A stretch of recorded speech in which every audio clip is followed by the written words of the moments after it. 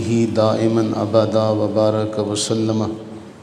مدینہ طیبہ میں 6 سال کا عرصہ گزر چکا ہے۔ عمر مبارکہ 40 سال کی عمر میں اعلان نبوت کیا، 13 سال وہ گزرے، 53 سال اور 53 کے بعد 6 سال یہ 53 سال نبی سرور عالم صلی اللہ علیہ وسلم نے مکہ معظمہ میں گزارے۔ جب جی چاہتا، جب دل کرتا بیت اللہ کو دیکھ لیتے۔ اور مہاجرین صحابہ، چونکہ ان کی بھی ساری زندگی خانہ کعبہ کو دیکھتے دیکھتے گزری تھی۔ رسول اللہ صلی اللہ علیہ وسلم نے جہاں بچپن گزارا، جوانی گزاری، آپ کے آباء و اجداد، آج بھی آپ سارے اس بات کو بخوبی جانتے ہیں کہ جہاں آپ کی پیدائش ہوئی ہو، جہاں آپ کا بچپن گزرا ہو، آپ کو وہ جگہ کبھی نہیں بھولتی، بلکہ انسانی فطرت ہے۔ آپ عمر کے جس حصے میں مرضی پہنچ جائیں، آپ کو آج بھی اسکول کے خواب آتے ہیں کہ میں اسکول میں بیٹھا ہوں یا میں کلاس میں بیٹھا ہوں اور پڑھ رہا ہوں، اس طرح کے معاملات۔ تو نبی سرور عالم صلی اللہ علیہ وسلم مکہ معظمہ سے محبت کا عالم یہ ہے کہ جب ہجرت کی رات نکلتے ہیں تو بیت اللہ کی طرف دیکھ کے کیا فرماتے ہیں، یہ بھی ہم نے پڑھا کہ اگر تیرے رہنے والے مجھے یہاں سے نہ نکالتے، ایسے حالات نہ پیدا کرتے، تو میں کبھی تجھے چھوڑ کر نہ جاتا۔ 6 سال گزرتے ہیں، رسول اللہ صلی اللہ علیہ وآلہ وبارک وسلم کو رمضان گزارنے کے بعد 6 ہجری میں خواب آتا۔ خواب میں نبی سرور عالم صلی اللہ علیہ وسلم کیا دیکھتے ہیں کہ آپ نے اپنا سر مبارک منڈوایا ہے، کعبۃ اللہ کی چابیاں آپ کے ہاتھ میں ہیں۔ یہ بہت اہم معاملہ ہے۔ حضور علیہ السلام نے خواب دیکھا تو خواب دیکھنے کے بعد صحابہ کرام علیہم رضوان کو خواب سنا دیا۔ اب صحابہ نے اپنے دل میں یہ بات سجا لی، بٹھا لی کہ ہم کعبۃ اللہ جائیں گے، کیونکہ حضور علیہ السلام نے خواب دیکھ لیا۔ یہ اصل معاملہ اور نقطہ یہ سمجھنا ہے ہم نے۔ ان سب نے دلوں میں یہ بات، ان کے دلوں میں گھر کر گئی کہ جی نبی سرور عالم صلی اللہ علیہ وسلم کا خواب ہے اور یہ خواب پورا ہوگا۔ حضور سرور عالم صلی اللہ علیہ وسلم نے ام سلمہ رضی اللہ تعالیٰ عنہ کو ہمراہ لیا۔ 1400 صحابہ تیار ہوئے، بعض نے اس میں 1500 لکھا ہے، بعض نے 1600 لکھا ہے۔ پھر ان سب میں تعلق یوں قائم کیا گیا کہ نکلے 1400 تھے، راستے میں جس جس کو پتہ چلتا گیا وہ بھی سفر میں ہمراہ ہوتا چلا گیا، اس لیے تعداد میں یہ فرق بیان کیا گیا۔ اب اس سفر میں یہ ہے کہ رسول اللہ صلی اللہ علیہ وسلم نے ہتھیار اتار دیے۔ کہا یہ جاتا ہے کہ صرف ایک تلوار تھی، وہ بھی نیام میں، وہ بھی تلوار بند، اس کے علاوہ اور پاس کچھ نہیں ہے۔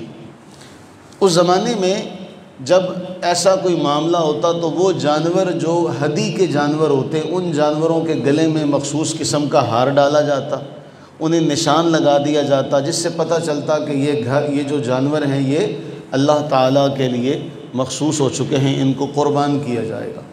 جانوروں کو تیار کر لیا گیا، ان کے گلے میں قلاوے ڈال لیے گئے، اور یوں یہ قافلہ جو تھا، نورانی قافلہ، مکہ معظمہ کی طرف روانہ ہوگا۔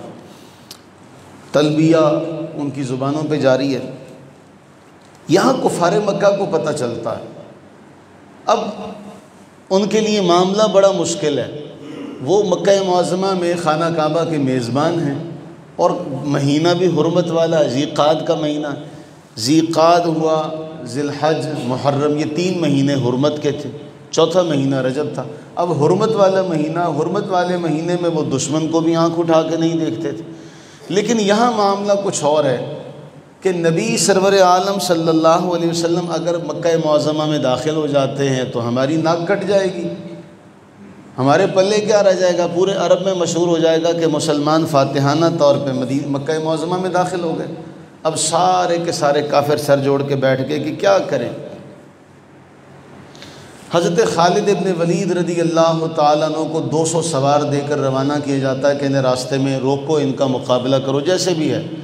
رسول اللہ صلی اللہ علیہ وسلم کو پتہ چلتا ہے، آپ اپنا رستہ بدل لیتے ہیں۔ یہ وہ سیاسی بصیرت اور سیاسی حکمت عملی ہے۔ اگر صلح حدیبیہ کو کوئی پڑھ لے، صلح حدیبیہ کو کوئی جان لے، تو آپ اندازہ نہیں لگا سکتے کہ وہ زندگی کی کون کون سی چیزیں جو ہیں اس کو دسترس میں اس کی آ جائیں گی۔ آج ہمارے ہاں بعض جگہوں پر ٹیچرز کی ٹریننگ کا اہتمام کیا جاتا ہے، بعض اداروں میں کہ ٹیچرز کو ٹرین کیا جائے کہ کیسے بچوں کو پڑھایا جائے گا۔ کاش کہ ایسے کہیں ادارہ کوئی سیاستدانوں کی ٹریننگ کرنے کا قائم ہو جائے جہاں انہیں رسول اللہ صلی اللہ علیہ وسلم کی سیاسی بصیرت اور حکمت سے آگاہ کیا جائے تو وہ دنیا میں کہیں بھی کسی بھی جگہ پر مات نہیں انہیں کوئی دے سکے گا۔ خالد ابن ولید رضی اللہ تعالی جس راستے سے آئے، رسول اللہ علیہ السلام نے ایک مشکل ترین راستہ چنا جو چڑھائی والا راستہ تھا، اور صحابہ کرام علیہ رضوان نے اس راستے کو بڑی مشکلات سے طے کیا، اور حضور فرماتے اللہ کو یاد کرو۔ جب حضور سے عرض کرتے بھی اتنی مشکلوں والا راستہ، فرماتے اللہ کو یاد کرو اور چلو۔ اب مکہ معظمہ سے، خانہ کعبہ سے تقریباً 10 کلومیٹر کے فاصلے پر ہے، مسجد حرام سے 10 کلومیٹر کے فاصلے پر ہے شمیسی، وہاں حدیبیہ کا مقام ہے جہاں مسلمانوں نے پڑاؤ کر لیا آگے، یعنی وہ دور سے ایک ایسی جگہ پر پڑاؤ ڈالا کہ اب کچھ بھی ہو نہیں سکتا۔ خالد بن ولید رضی اللہ تعالیٰ نے دیکھا کہ معاملہ جو ہے وہ ہمارے ہاتھ سے نکل گیا، مکہ والوں کو اطلاع دے دی۔ حضور سرور عالم صلی اللہ علیہ وسلم نے یہاں 2-3 جملے بڑے اہم بیان کیے۔ فرمایا قریش کو کیا ہوا، انہیں لڑائی کھا گئی۔ اس کے بعد ایک جملہ بڑا اہم تھا، فرمایا کیا ہی اچھا ہوتا یہ لوگ بیٹھے رہتے، میں باقی لوگوں کے ساتھ معاملات طے کرتا، اگر باقی مجھ پہ غالب آ جاتے تو ان کا تو مسئلہ حل ہو جانا تھا، کفار مکہ کا مسئلہ حل ہو جانا تھا، اور اگر میں باقیوں پر غالب آتا تو یہ میرے ساتھ معاملہ، یہ بھی مسلمان ہو جاتے۔ ان کے پاس تو معاملہ ہی بڑا حسین تھا، لیکن انہیں جنگ کھا گئی، اور آج بھی انہیں عقل نہیں آئی، آج بھی یہ جنگ کرنے کے لیے لگے ہوئے ہیں کہ ہم پھر بھی جنگ کریں گے۔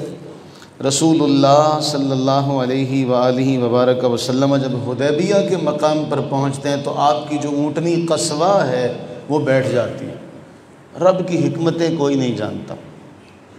جب وہ قصوہ بیٹھ گئی تو لوگوں نے کہا یہ تھک گئی ہے، بس یہ بوڑھی ہو گئی ہے۔ اللہ کے نبی سرور عالم صلی اللہ علیہ وسلم نے فرمایا نہ یہ تھکی ہے، نہ یہ بوڑھی ہوئی ہے، نہ اس کی یہ عادت ہے، نہ یہ تھکی ہے، نہ یہ بوڑھی ہوئی ہے، نہ اس کی یہ عادت ہے، بس اس کو اسی ذات نے بٹھایا ہے جس نے فیل والوں کو روکا تھا۔ یاد ہے جس نے ہاتھی والوں کو روکا تھا نا، اسی ذات نے اس کو بٹھا دیا، یہ بیٹھ گئی۔ حضور نے صاحب فرمانے لگے خدا کی قسم اس گھر کو آباد رکھنے کے لیے، اس کی آباد کاری کے لیے مکہ والے جو مجھ سے مانگیں گے میں ان کو دے دوں گا۔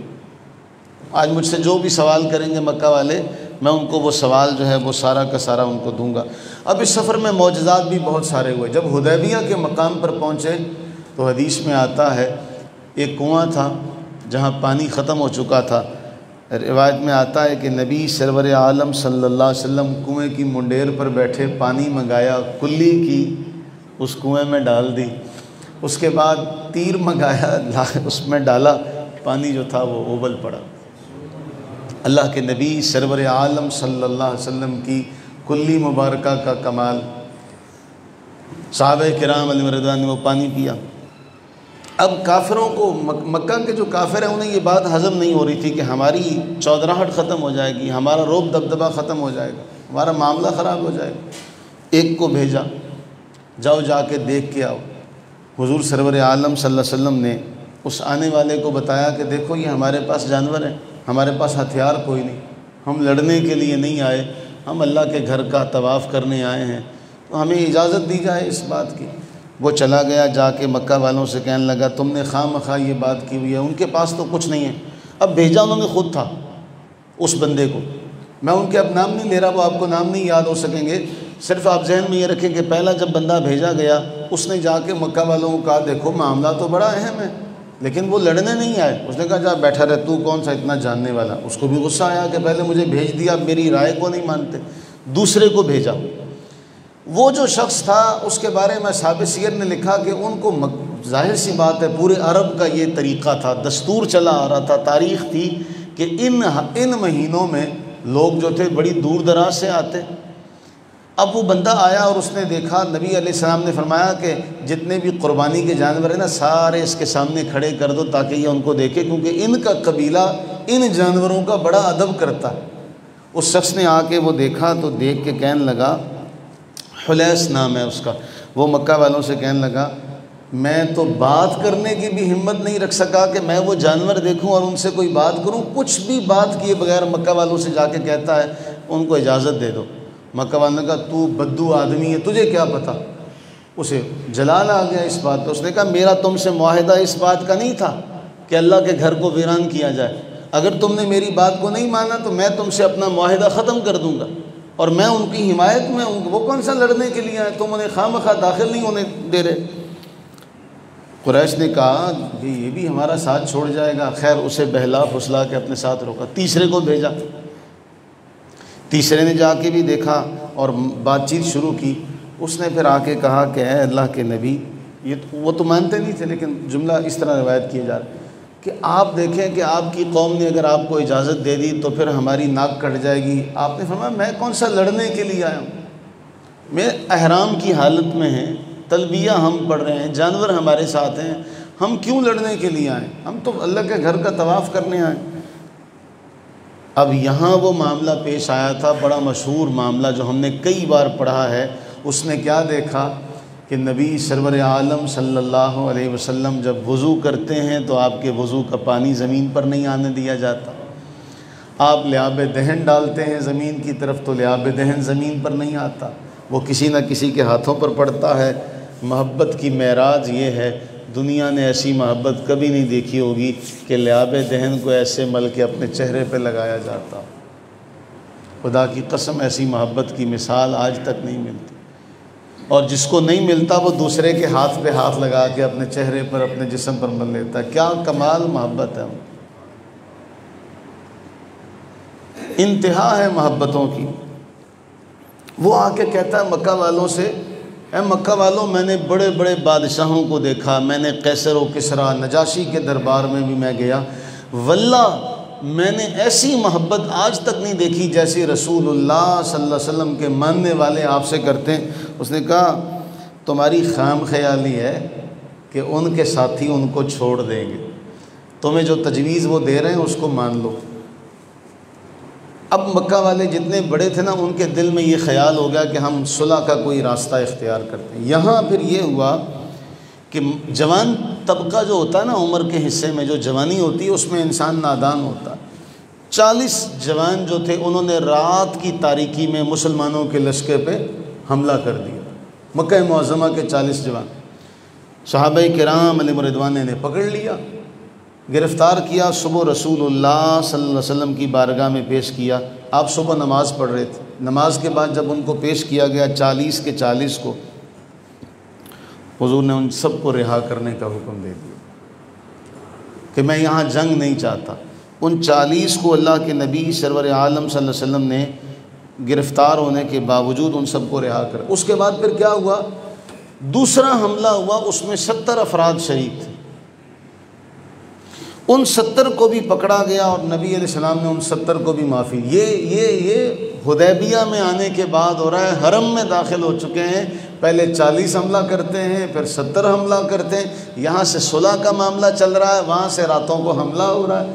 آپ تھوڑی دیر کے سوچیں کہ کیا معاملہ ہوگا، مسلمانوں کے دل پہ کیا گزر رہی ہوگی۔ خود رسول اللہ صلی اللہ علیہ وسلم کے قلب کی کیفیت کا عالم کیا ہوگا کہ میں مکہ معظمہ سے 10 کلومیٹر کے فاصلے پر ہوں، بیت اللہ کے 10 کلومیٹر دور۔ کوئی اندازہ لگائے دل کی کیفیت کا عالم کیا ہوگا۔ کہاں سے چلے تھے، اس دور کا سفر ہے اور سفر کر کے آ رہے ہیں، صرف بیت اللہ کی زیارت مقصود ہے اور راستے میں کتنی تکالیف ہے۔ حضور سرور عالم صلی اللہ علیہ وسلم نے یہاں حضرت سیدنا عثمان غنی ذو النورین رضی اللہ تعالیٰ عنہ کو بھیجا جاتا ہے، چنا جایا، منتخب کیا گیا کہ جاؤ مکہ والوں سے جا کے بات چیت کرو۔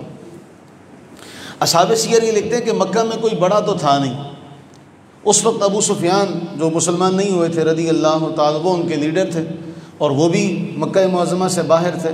اب حضرت عثمان غنی رضی اللہ تعالیٰ جب مکہ پہنچے، جب کوئی لیڈر نہ ہو، کوئی بڑا موجود نہ ہو، تو پھر معاملات سمجھنے میں سنبھلنے میں تھوڑی سی تاخیر ہو جاتی ہے۔ حضرت عثمان غنی رضی اللہ تعالیٰ گئے، لوگوں سے ملنے ملانے میں حضرت عثمان کو دیر ہو گئی۔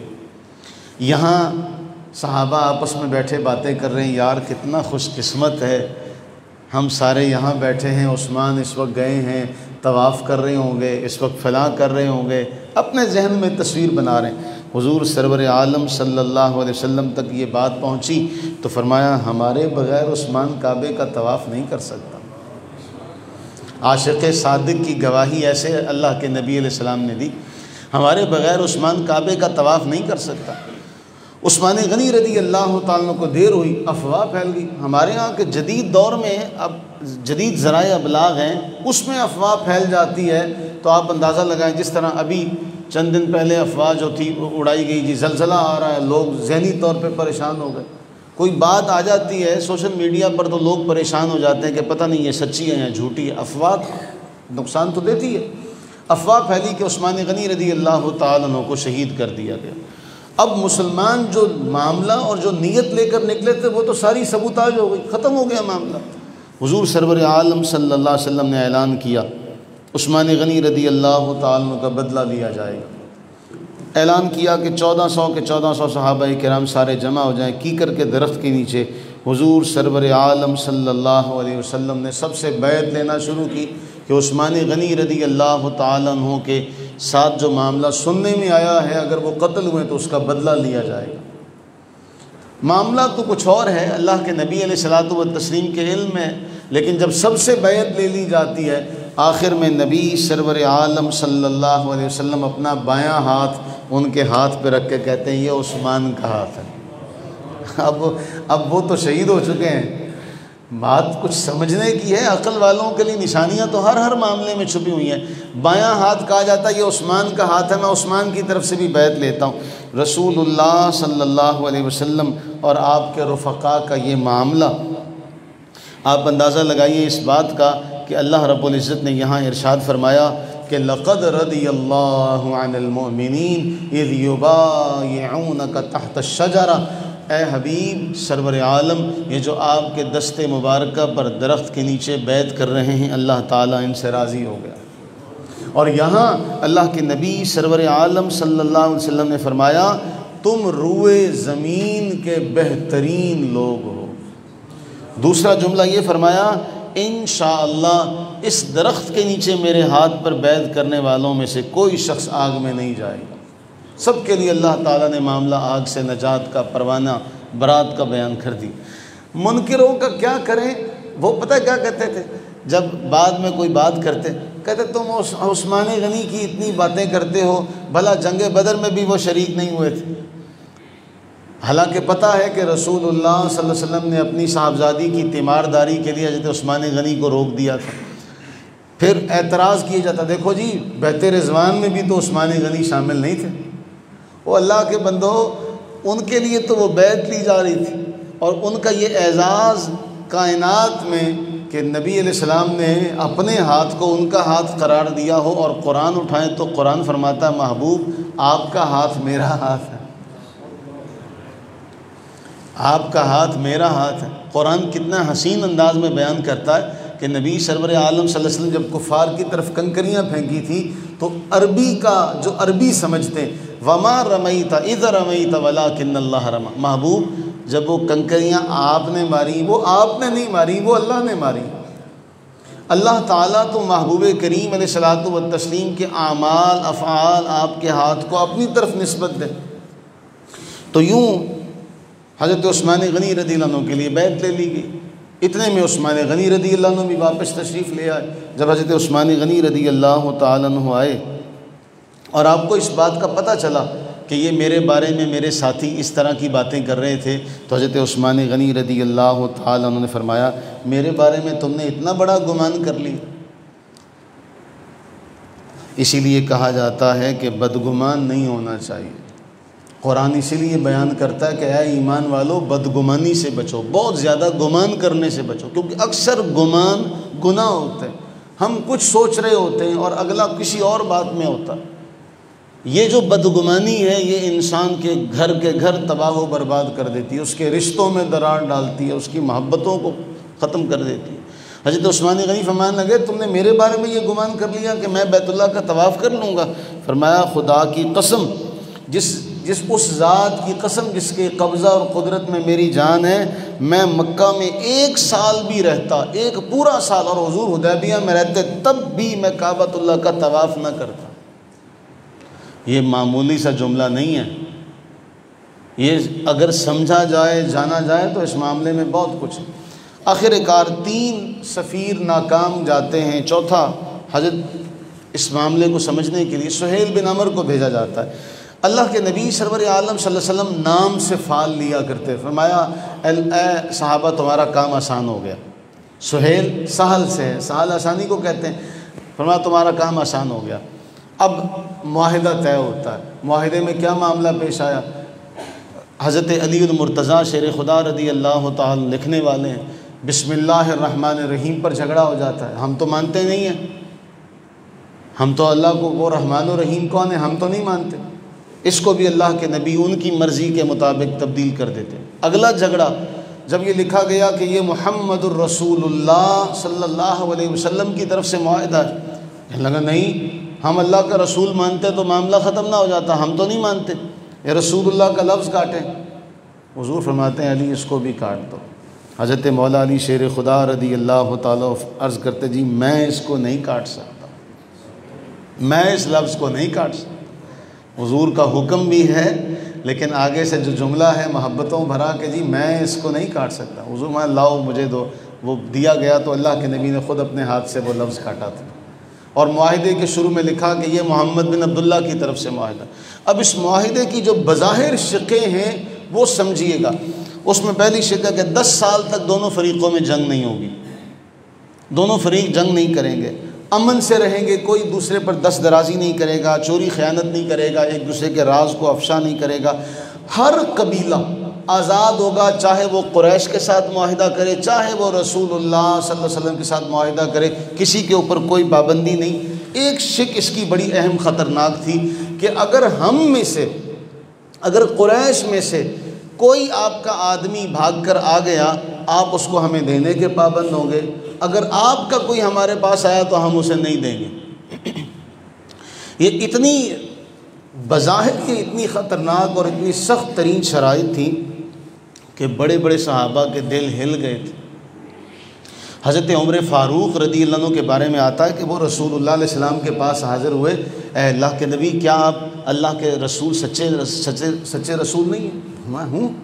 کیا ہم سچے نہیں ہیں؟ فرمایا ہاں، ہمارا دین سچا نہیں ہے۔ ہاں، تو پھر آپ نے خواب نہیں دیکھا تھا؟ آپ نے خواب نہیں دیکھا تھا؟ فرمایا یہ تو نہیں تھا کہ اسی سال پورا ہوگا۔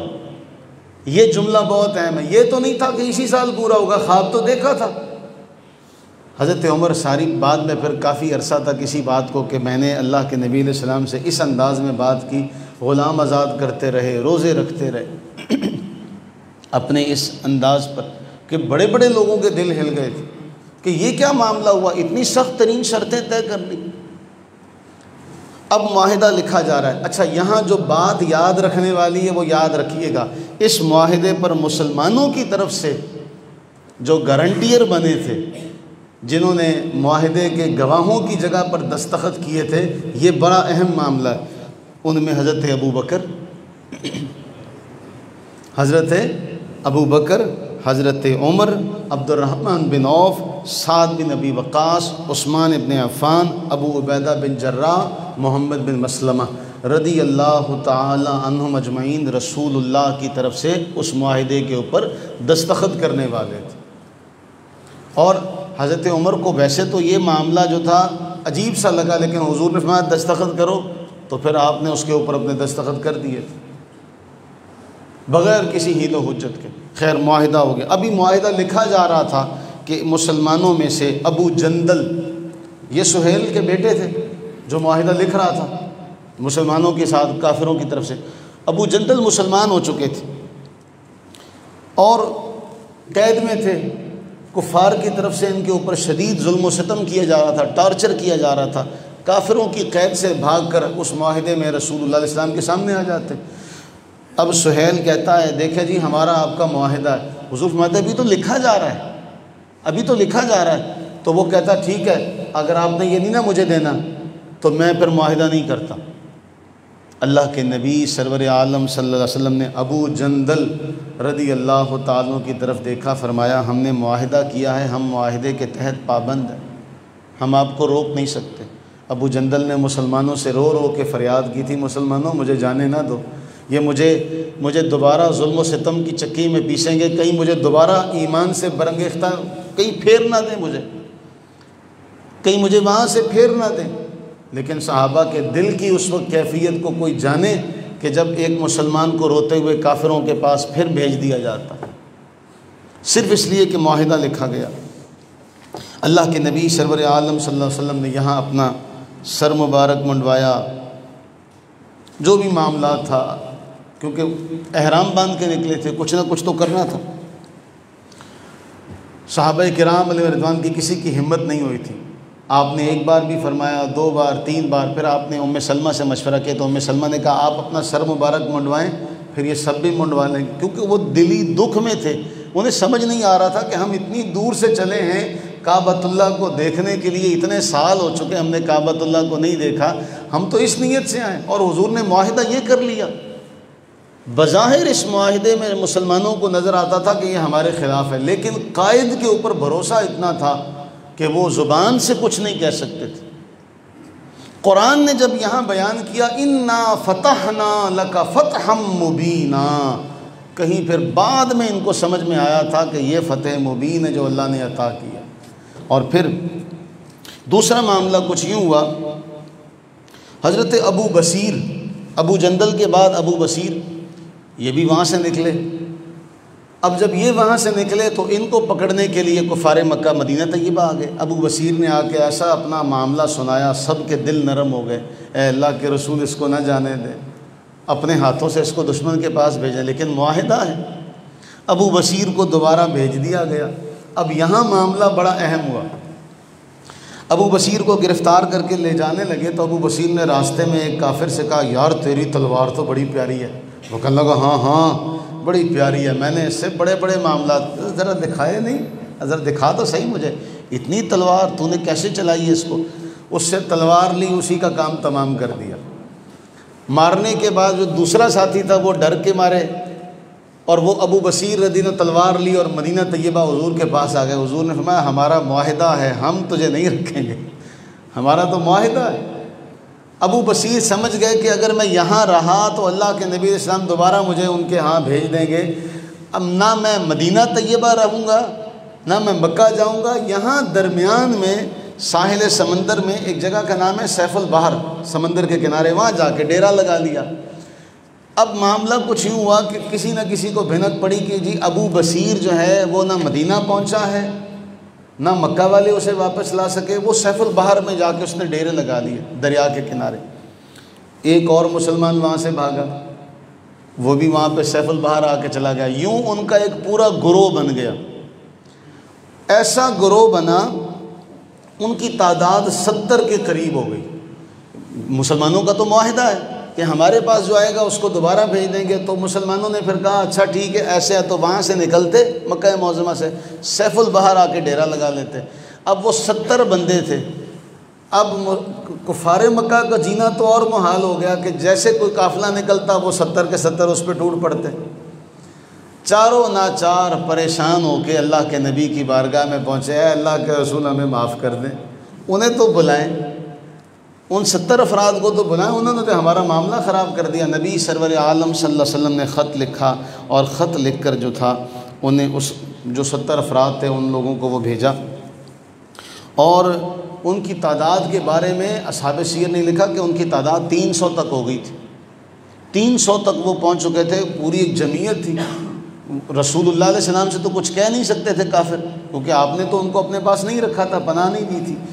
اب اس معاہدے کی وجہ سے یہ ہوا کہ نبی سرور عالم صلی اللہ علیہ وسلم اور لوگوں کے درمیان جو تھا کفار مکہ کے درمیان جنگ جو تھی اس کا اختتام ہوا، لوگوں کو سوچنے کا موقع ملا، سمجھنے کا موقع ملا، اور رسول اللہ صلی اللہ علیہ وسلم کے یہ 6 سال ایک طرف اور اس کے بعد والی زندگی کا معاملہ ایک طرف، جتنے لوگ اس دور میں مسلمان ہوئے تھے اتنے اس سے پہلے کبھی نہیں ہوئے تھے۔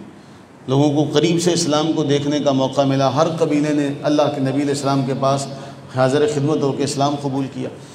اللہ کے نبی علیہ السلام نے ابو بصیر کو ایک خط لکھا کہ کفار مکہ نے اس معاہدے سے دستبرداری کا اعلان کر دیا ہے، معاہدہ ختم ہو چکا ہے، تو آپ ہمارے پاس واپسی آ جائیں۔ جب یہ خط پہنچا تو ابو بصیر آخری سانسیں لے رہے تھے۔ اللہ کے نبی علیہ السلام کا خط مبارک پڑھا گیا۔ خط کے اختتام جیسے ہی خط مکمل ہوا، ابو بصیر کی روح پرواز کر گئی۔ ابو بصیر کا نام بھی بڑا اہم ہے، ان کی حکمت اور بصیرت، واقعی وہ بصیرت والے تھے کہ نہ مدینہ طیبہ میں ٹھہرے کہ مسلمانوں پر کوئی آنچ آئے، نہ واپسی پیچھے گئے، اپنی ایک الگ دنیا بسائی، جس کی وجہ سے یہ معاہدہ جو تھا اس کو ان لوگوں کے لیے اور زیادہ پریشان کن کیا۔ اب صلح حدیبیہ کے 2 سال کے عرصے میں مسلمانوں کی تعداد 3000 سے 10,000 کو پہنچ چکی تھی، یعنی اتنا لوگوں کو اسلام میں داخل ہونے کا موقع ملا تھا۔ اس وجہ سے اللہ تعالیٰ نے اسے فتح مبین قرار دیا تھا، جس کو لوگ سمجھ نہیں سکے تھے، لیکن اللہ تعالیٰ نے اسے فتح مبین سے تعبیر فرمایا تھا۔ یوں صلح حدیبیہ تاریخ اسلام کا وہ عظیم ترین معاملہ ہے جس میں بظاہر تو مسلمان پسپا ہوئے، لیکن نبی سرور عالم صلی اللہ علیہ وسلم کی جو بصیرت، آپ کی جو فہم کی جو طاقت و قوت ہے، جو آپ کی حکمت کی جو اللہ نے آپ کو ملکہ عطا کیا، وہ کار فرما نظر آتی ہے کہ کیسے قریش اپنے ہی اس معاہدے میں پھنس گئے۔ ایک اور معاملہ بھی بڑا اہم تھا کہ کفار مکہ نے ٹیکس لگایا ہوا تھا کہ جو حرم میں آئے گا، طواف کرے گا، وہ ہمیں پیسے دے گا، لیکن اس معاہدے میں ایسا کچھ نہیں تھا۔ اب یہ طے ہوا تھا کہ اس سال مسلمان واپس جائیں گے، اگلے سال آئیں گے، اس سال نہیں آ سکتے۔ اب اگلے سال جب مسلمان گئے تو کسی نے کوئی پیسے نہیں دیے، تو باقی جتنے قبائل تھے ان سب کو بھی یہ احساس ہوا کہ اس کے مکہ والے کفار مکہ ٹھیکیدار تو نہیں اللہ کے گھر کے، کہ ان کے پاس اجارہ داری ہے اس کی۔ باقیوں نے بھی یہ سارا معاملہ کہ جی ہم بھی کچھ نہیں دیں گے، وہ معاہدے میں تو شامل نہیں تھا۔ اسی طرح خواتین جو تھیں وہ مکہ معظمہ سے کافروں کی قید سے نکل کر جب وہ مدینہ طیبہ پہنچی تو کافر انہیں لینے کے لیے بھی آئے، تو حضور نے فرمایا معاہدے میں مردوں کا لکھا ہے، عورتوں کا نہیں لکھا۔ معاہدے میں تو مردوں کا لکھا ہے، عورتوں کا تو نہیں لکھا۔ تو یہ معاہدہ ایسا معاہدہ تھا جس معاہدے کو اس وقت مسلمان سن کے پریشان ہوئے تھے۔ اس لیے آج یہ ہوتا ہے کہ جس طرح ہم جب بچے ہوتے تو ہمیں اپنے ماں باپ کی حکمت سمجھ میں نہیں آتی، جب ہم طالب علم ہوتے ہیں تو ہمیں استاذ کی حکمت سمجھ میں نہیں آتی، جب ہم خود ماں باپ بنتے تو ہمیں پتہ چلتا اچھا اس موقع پر میرے باپ نے یوں حکمت سے کام لیا تھا، میری ماں نے اس موقع پر یوں حکمت سے کام لیا تھا، میرے بچپن میں میرے استاذ نے یہاں یہ حکمت سے کام لیا تھا، تو ہم آفرین آفرین کرتے۔ اللہ سے دعا فرمائیں، یہ خیر والا وقت ہے، اور ہم نے وہ حدیث کئی بار پڑھی ہے نا کہ اس وقت صحابہ وہ اپنے لشکر کو بھیجا کرتے تھے کہ اللہ تعالیٰ اس وقت رزق تقسیم کرتا ہے، اس وقت اللہ مخلوق میں رزق کی تقسیم فرماتا ہے، خیر والا وقت۔ اسی لیے تو اس وقت میں سونے کو ناپسند کیا جاتا تھا۔ بزرگان دین اور بڑے عمر کے جو سیانے تھے وہ کہا کرتے تھے اس وقت سویا نہ کرو، اس وقت سونا بے برکتی کا باعث ہوتا۔ اسی وجہ سے اس خیر والے وقت کا صدقہ، اس خیر والی جگہ کا صدقہ، اللہ سے یہ دعا فرمائیں اللہ تعالی ہم سب کو بھی حکمت والا اور صاحب بصیرت بننا نصیب فرمائے۔ اللہ تعالی ہماری نسلوں میں حکمت اور بصیرت کو ودیعت فرما دے کہ ہماری نسلیں بھی بابصیرت ہوں، ہماری نسلیں بھی حکمت والی ہوں۔ اللہ تعالی ہم سب پر اپنی رحمتیں برکتیں نازل فرمائے، آمین ثم آمین۔